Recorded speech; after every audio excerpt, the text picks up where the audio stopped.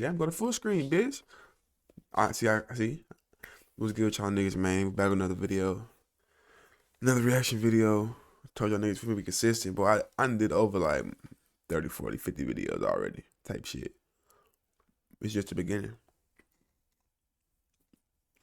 The Untold Horrors of Black Male Slaves by White Women. I seen this title, bro. That shit was crazy. I had to. I was like, fuck it, let's do it. Let's see what they're talking about. We're gonna start over from the beginning. I was only 42 seconds in. I was like, man, I got to record this shit.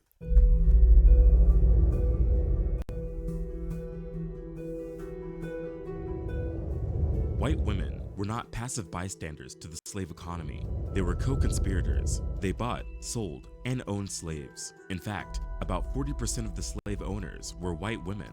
The more slaves a woman had, the more power she held. Parents gave their daughters more enslaved people than land. So, to a white Southern woman, owning slaves became tied to her very identity.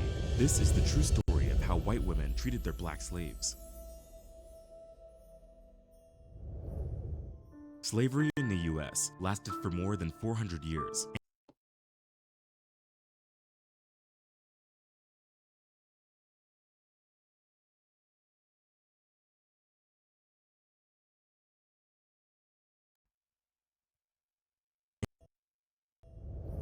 My bad, that shit was Slavery in tweaking. the U.S. lasted for more than 400 years, and in that time, the system shaped generations and generations of people. A system that created this psychological distortion. White people dominated the country. They created a violent and oppressive system to terrorize the black community. They used lynchings, beatings, and savage treatment to torment the masses. Even when there wasn't violence, there was segregation. Communities, housing, and the criminal justice system used discriminatory policies. Racism pervaded all Nowadays, aspects of American. it's mostly like jail and shit like that.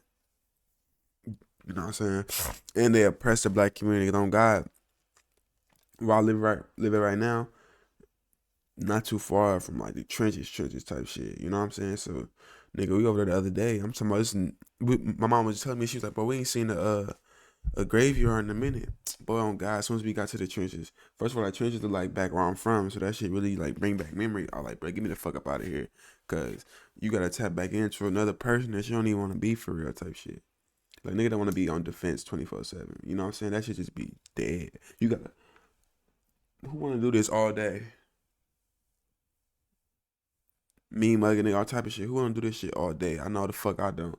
But it was a cemetery over there. And my mom was saying we ain't seen the cemetery, so that just showed they wanted to keep the black community down. You know how that shit go, bro. Society. White families gained huge amounts of material benefits and privileges from this racial hierarchy. Before the Civil War, in the South, American white women couldn't vote. When they got married, the husband became the head of the household, and the woman was the heart of the home.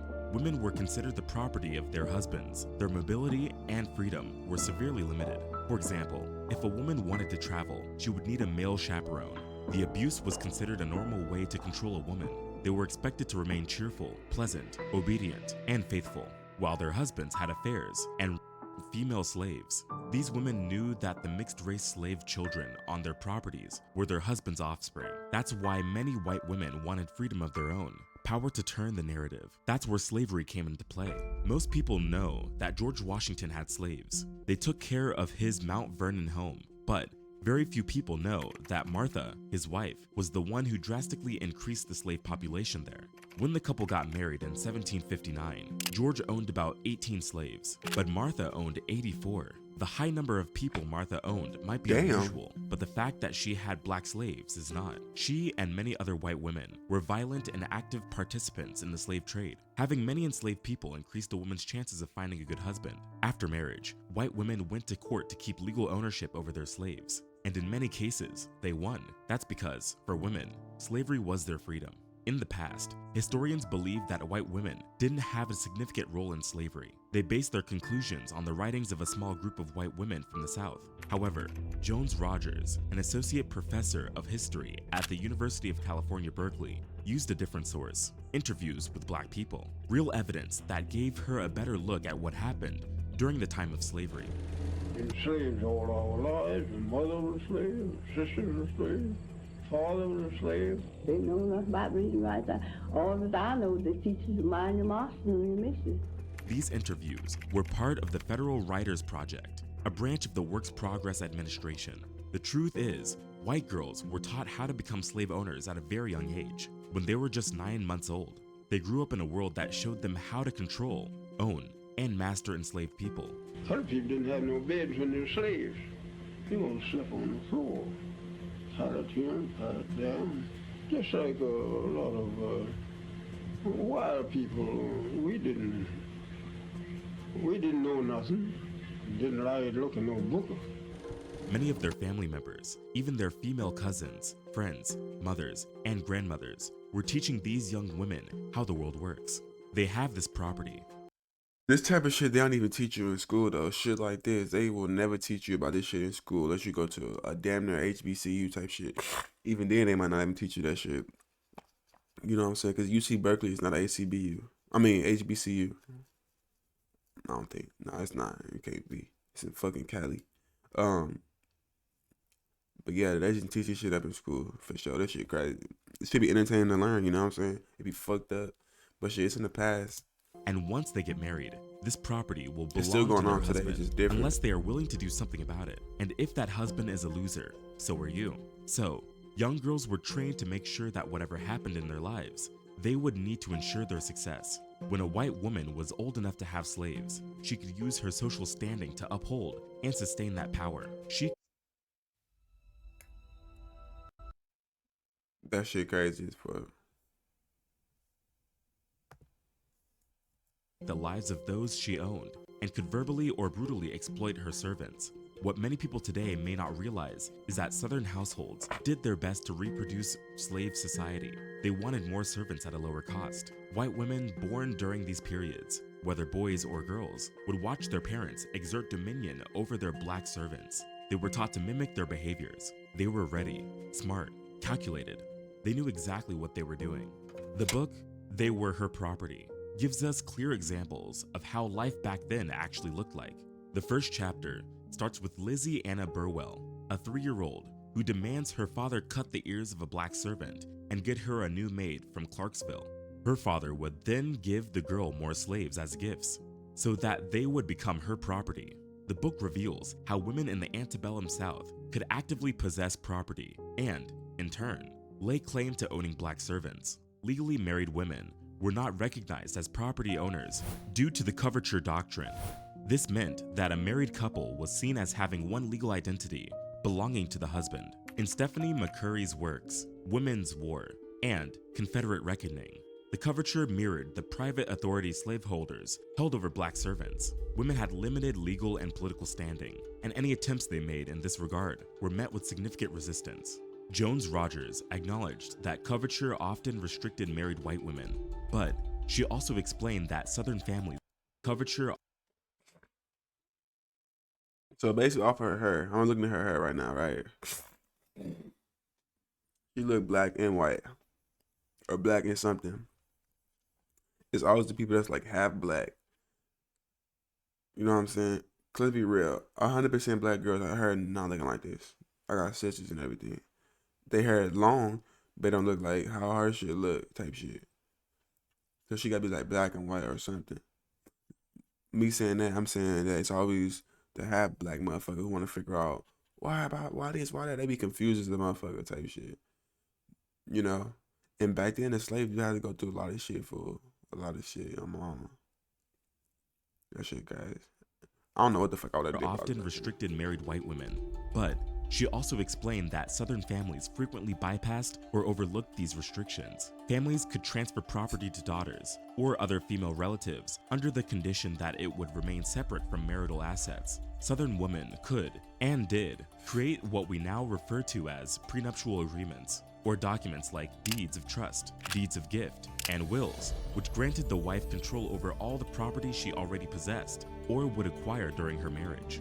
In Louisiana, women could ask the court to establish separate marital estates if their husbands exhibited imprudent financial management. For example, if their husband failed to budget their expenses, accumulated debt, spent too much, etc. In other words, there were two distinct systems that coexisted, a genuine patriarchy alongside an actual framework of legal and financial influence held by white women. There was a common misconception that white women were sheltered and delicate. They kept the household clean of all the impurities of the outside world. But that is absolutely not true.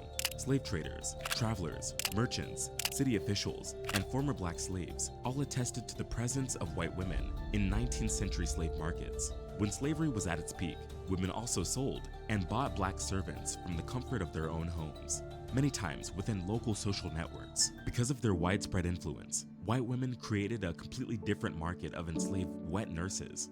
Now, you might be wondering why these white women felt the need to tear black women from their families to nurse their children. One actual report said that white women who were constantly having babies felt like a slave in their own homes. Black women could ease that burden, so it was easier to buy a wet nurse who would take care of such responsibilities. Depending on her financial status, the white woman could hire take care of such responsibilities. Depending on her financial status, the white woman could hire, borrow, or purchase an enslaved wet nurse. This gave white women the power to pursue social events while someone else took care of their newborn. Some, but not all, white women were incredibly brutal to their enslaved. They were so violent that their husbands had to restrain them. For example, a wealthy white woman often invested in enslaved men and women so that they would be forced to reproduce and give her more slaves. Historical records kept track of a woman called Henrietta Butler who was forced to have sex with enslaved black men to have a child. She was then forced to nurse her mistress's child, but many other women suffered a similar fate. Masters often raped their enslaved servants to make sure they had an ample supply of wet nurses. White women from affluent households also ran brothels, especially the women who had many male and female slaves. By 1860, nearly half of all African slaves in the Americas were in the United States. That was about 4 to 6 million people. Based on reports from the 1860 census, 393,973 white individuals owned 3,950,528 black individuals. Only about 1.5% of the white population in the US owned slaves. It's been over 150 years since slavery legally ended in 1865, but the true trauma wasn't just the experience of slavery, but also the aftermath, when hopes for equality and acceptance were crushed in the 1880 to 1890s due to a shift in beliefs about blacks and whites. When the Civil War came, and it was time to free the enslaved, many white women retaliated. Female slave owners resisted the change by letting the Union authorities know they were loyal. There were many cases where female slave owners sought compensation when the American government abolished slavery in the District of Columbia. Others wanted to keep their property by any means necessary. They went as far as to move their enslaved people away from the areas affected by the war, in a practice known as refugeeing. When the Civil War ended, many white women negotiated labor conditions with freed black people. They tried to maintain control over the young African Americans by taking their children as apprentices. Apprenticeship was another form of labor. Although it was better than complete slavery, it was still not freedom. Ex-slaves were expected to work under the same master or mistress, often for meager wages and a specific time set. Many apprentices worked for the same person that used to be their mistress, and it was not that better than the life they had before. W.E.B. Du Bois, an American sociologist, wrote something about it. He said a slave went free, stood for a brief moment in the sun, then moved back again towards slavery. This brief moment in the sun was when black communities, along with support from the Freedmen's Bureau, started establishing schools, social assistance, and some legal protections. However, this progress was largely undermined by the white Southern. We came from the bottom, though. We had to do this shit from the mud. That's the thing about God people, though. You know what I'm saying? We gotta get this shit out the mud, fool. You know? This shit ain't gonna come easy. This shit ain't gonna come like ABC. You get this shit out the mud, for real. That's why you see me sitting right here, right in front of this fucking laptop. That includes white women. This shit come out the mud. They passed laws known as the Black Codes. Their goal was simple: reintroduce obligations, burdens, and restrictions that would mimic slavery. The Black Codes were designed to take away the voting rights of black people. They were meant to stop them from becoming juries or state militias. Instead, the white people would create this complex system where freed black people could still be controlled. White men and women put in place contract and vagrancy laws. They led to a popular peonage labor system. Peonage is a type of involuntary servitude based on claimed debt. By 1915, at least 6 former slaveholding states had laws that made it possible to force black people to work against their will. For example, if a black person was found guilty of vagrancy, they were forced to work in the convict lease system. This system brought in substantial profits for the wealthy white women and men who both sold and Basically, what he's saying is like prison and shit. Cause prison, nigga, if you look at this shit, once you go to jail, anything, slavery is still in jail for.